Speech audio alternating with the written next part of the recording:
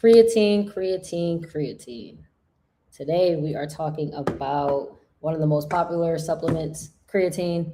And the reason why I'm doing this is because I literally just saw a post asking about your personal experience with creatine, what the benefits are, what you've noticed, and whether it's worth starting, and then do's and don'ts when you take it.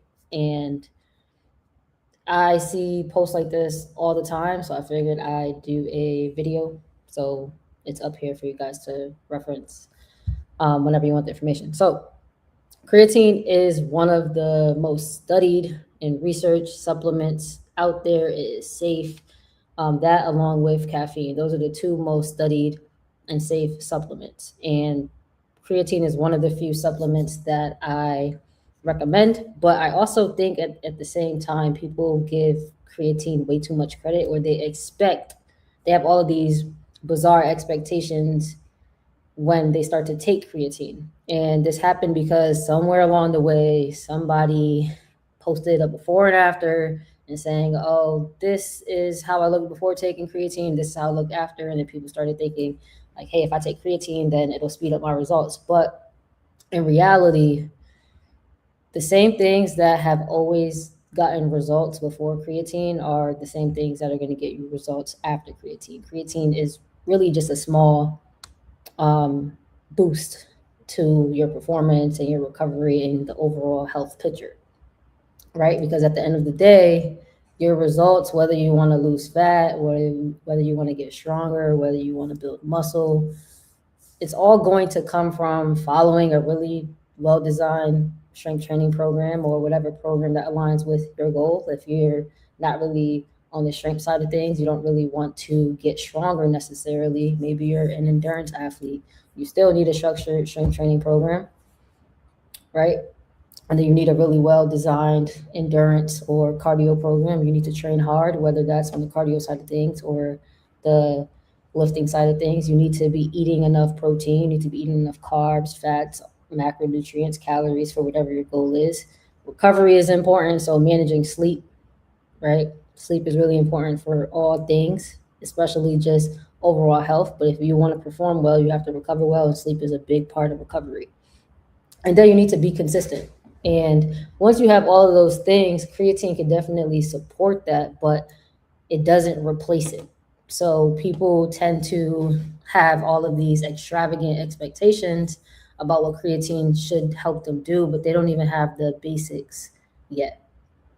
So my point in saying that is to address that creatine is a really good supplement, but it's not something that is going to make a night and day difference in your overall health and performance. So when it comes to creatine, you really just need to think of it like something that can help you get a little bit more reps in. It can help support your recovery. It can help support being able to produce more power. So let's say you are in the gym and you usually squat 185 for 5, and that's when you get stuck. You may start taking creatine and now you can get that 6th or 7th rep at 185.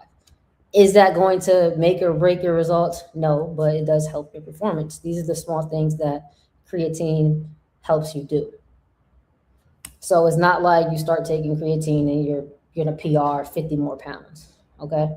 And another thing that people tend to say about creatine is they say that it makes them gain weight or gain fat. It's not that it makes you gain weight necessarily. It's not going to make you become fat. When you actually understand how creatine works, which I'll give you a really short and brief explanation here, but I did a whole other video describing the exact mechanism through which creatine works. I'll link it in the comments, and on YouTube, I'll make sure that it's the next video that plays after this. But in summary, creatine is basically like a recharger for your muscles. So we all have something called ATP, which is our body's main source of energy. And that ATP is pretty much used whenever we contract our muscles. So when I do this to make a muscle, to flex my bicep, I'm using ATP. right? If I was to put a 20-pound dumbbell in my hand and do this, it's going to require more energy in order to create that same contraction, right? So with creatine, depending on the type of activity you do, you're always going to use a certain amount of ATP. So the more intense or hard your exercise is, the more ATP you're going to use, and the quicker that ATP is going to deplete. Kind of like if you had a phone, if it's just sitting here, nothing's on my phone right now, right? I'm not doing anything. If my phone is just sitting there, is still using battery, still using energy, but is not using as much energy as if I was to take my phone out and start recording a video. My battery is going to drain a lot faster because I'm asking my phone to work harder. Same thing with your muscles. So depending on how intense the activity is, you're going to burn more ATP. And whenever you deplete that ATP, your body needs a specific um, chemical to replenish that ATP. Creatine helps to replenish that ATP a lot faster. And in order to do that, you need to have water in your muscle cells. That's why when you take creatine, you get water weight, but that is not something that you can see. Like, you don't take creatine and your muscles just get mad fat. You don't do that. It's more so on a cellular level. So the water weight that you have when you take creatine may make the scale go up a little bit, but that is not fat. And this is why people always say there's a difference between fat gain or fat loss and weight loss, because you can gain weight or lose weight, but it may not be the right type of weight that you are desiring. So if you are gaining weight with creatine, it's not like you're gaining fat. That 1 or 2 pounds is simply just water weight, and it shouldn't even be something you notice. Now, will you get bloated on creatine? Yeah, you may get a little bloated on creatine, but this is why you need to hydrate. Same thing if you were to have a high sodium meal. It's going to retain water, and in order to combat that, you need to drink more water. You need to hydrate. That's why hydration is so important. So once you understand how creatine works on a cellular level, you're not going to be afraid of taking it. You are going to be more or less bothered by what you see on the scale, because you know that if your weight goes up 1 or 2 pounds, one, that's temporary. Two, that's not even fat. So who cares? Because when people say they want to lose weight, they don't really give a fuck about the number on the scale. They're talking about losing fat. People want to lose fat. They don't care about weight. If you were to look 20 pounds smaller, but only 10 pounds changes on the scale, but you have a lot less fat, you're going to be happy, as opposed to you losing 20 pounds of water, but you still look the same. So let's be honest. People don't care about losing weight. They care about losing fat, and creatine does not have any direct influence on that. Hey, Ma, what's up? I was just about to call you.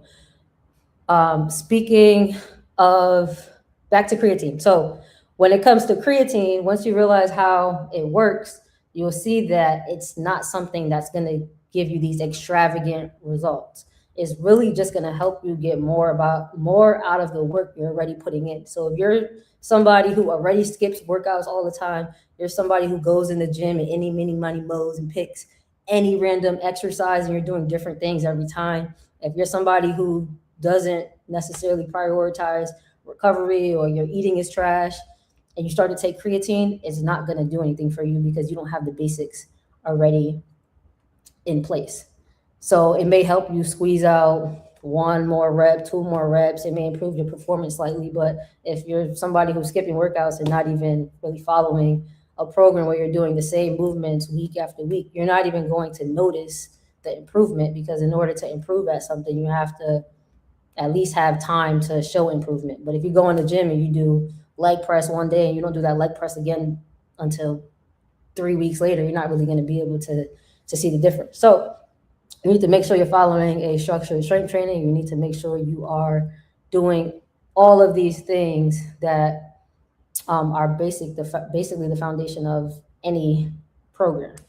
Because if you don't, it's kind of like you trying to paint a house and the house is not even set up yet. It's like you don't even have the foundation. So what are you trying to paint? It's not going to come out the way you want. So in order to get the most out of creatine, you have to take the basics seriously. And I always like to say, if you are considering taking a supplement, really think about the word about what the word supplement means. So a supplement is meant to supplement something you already have going on, right? It's there to supplement your already existing routine. It's not like you take this supplement and then your routine just gets fixed. You have to master the basics first, and then you'll see the benefits of whatever supplement you're taking. But if you're not doing nothing first, it doesn't really matter what you take. I'm just looking at the other stuff that I want to hit on. So if you are somebody who has been considering taking creatine, the question should not be, should I take creatine? The better question is to consider if you are already doing the things that matter the most. So are you training consistently, or do you have a plan to start training consistently? Because there's nothing wrong with starting a strength training program and then starting creatine at the same time. You want to make sure that you have those things set up so that you put yourself on the right track from the beginning. You want to make sure that you have your calories and your macros set up, all right? Because if creatine helps you perform better in the gym, it's not really going to matter if you're doing okay in the gym and then your nutrition is trash. So there's a lot of people, especially women, who severely undereat protein. And it's great that you are in the gym and working out, but you do also have to have the recovery and the building blocks of muscle, which is protein. So it's like you have 50% of the equation. If you're training hard and then your protein isn't there, it's like you're not going to see the results because you're only putting in 50% of the effort. So you have to make sure your protein is there too. Then you have to talk about recovery. So like I said before, sleep is really important. When it comes to recovery, people tend to overlook carbs. I know that protein helps with recovery. Like, people always talk about protein, but carbs also help with recovery. Carbs are your body's main energy source. If you're somebody who believes that your body doesn't need carbs, please get off this video. Please get off my page, because your body needs carbs just as much as it needs fats and just as much as it needs protein. Protein is just being pushed right now because they have realized that in America, people are severely under eating protein and they're overeating carbs. But that does not mean that carbs and fats are not important. It is really important. You need to have both for recovery. On the topic of recovery, though, people tend to talk about cortisol. If you are working out and you put yourself through a hard workout, no matter what the workout is, you are going to have an increase in cortisol. That is your body's natural hormonal response to exercise. Now, with the type of exercise you do is going to change how your cortisol levels are impacted. So if you were to do like a zone 2 bike ride, something that's low intensity, your heart rate isn't really getting up, like a walk outside, your cortisol level is not going to be as high as if you were to go do sprints, or if you were to go run, or if you were to go do a HIIT workout. That does not mean that you don't do the stuff that's higher intensity. That just means you have to pretty much have a plan that takes into account everything that you're doing and make sure that you can recover from that. So that's a really important misconception that people need to pay attention to, because all online they have people saying women shouldn't do this type of workout, you shouldn't do that type of workout. It's not that you shouldn't do these workouts, it's just that you need to be cognizant of when you do it, how you do it, how much of it you do, and make sure that you're able to recover from it. So that goes under recovery. And then once you have all of those things in check, then that's when you'll be able to see the benefits of creatine. I've been taking creatine for like 2 years, and honestly, it's not something that I see a huge difference in. I still take it because there's always research coming out about how it's really helpful for cognitive benefits. There's a lot of research coming out about how it's helpful for preventing things like dementia and Alzheimer's. So that's really why I take it. I have gone like 4 or 5 weeks without taking creatine, and in my workouts, I didn't notice a huge difference. But when I do take it, I notice I can bang out 1 or 2 more reps, and my recovery is a little bit better. I have noticed that when I take creatine, my energy level is a little bit better in the morning. Like, I'm able to not hit that fatigue point later, as early in my day, but those are like very small things that can just be improved upon with sleep. So I personally don't think that creatine has huge visible benefits, but because of all the research that's coming out, I think longevity wise, it's a great supplement. And I just think people give it too much credit on the performance side of things, especially when they don't even have things in place in order to see the improvements in performance or see the benefits in performance. So I share all that to say that the basics have had a much bigger impact on my training and my physique than any supplement that I've ever taken. And the only thing I've never taken pre-workout, only thing that I take consistently is caffeine and creatine. And caffeine is really just from coffee. I probably drink way too much coffee, but I like the taste of coffee. Um, Caffeine is not necessarily bad, but I think in excessive amounts, anything could be bad. So I'm probably tipping onto that excessive end or more than I would like, because when I don't take caffeine, when I don't drink coffee, I do feel like I get a little bit of withdrawal symptoms. But back onto creatine. So if you're thinking about taking creatine, the answer is yes, you should take it. It's a great supplement. It's one of the few supplements in addition to caffeine that has a ton of evidence on it. Yes, Cafe Bustelo. I love that. I've been drinking Starbucks, so when I come home, I can't wait to have some.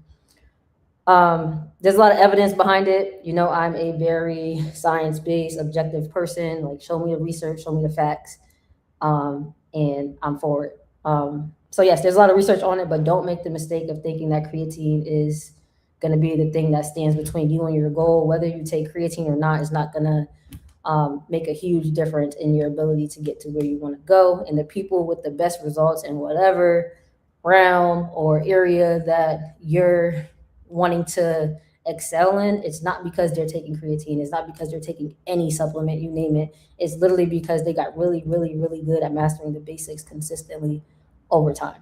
So if you're somebody who takes creatine, let me know what differences that you've noticed, how it has affected you, what type of creatine you take. Do you take creatine monohydrate? Do you take creatine HCl? If so, what differences have you noticed? And if you have any questions regarding training, injuries, drop them in the comments and I can get back to you at some point today. And also, if you want all of this in detail, along with all my other training insights, how to structure programs, how to structure your nutrition plans, workout templates, all of that is inside the Lifters Blueprint. That'll be in the comments. But with that being said, I'll catch you guys later. Peace.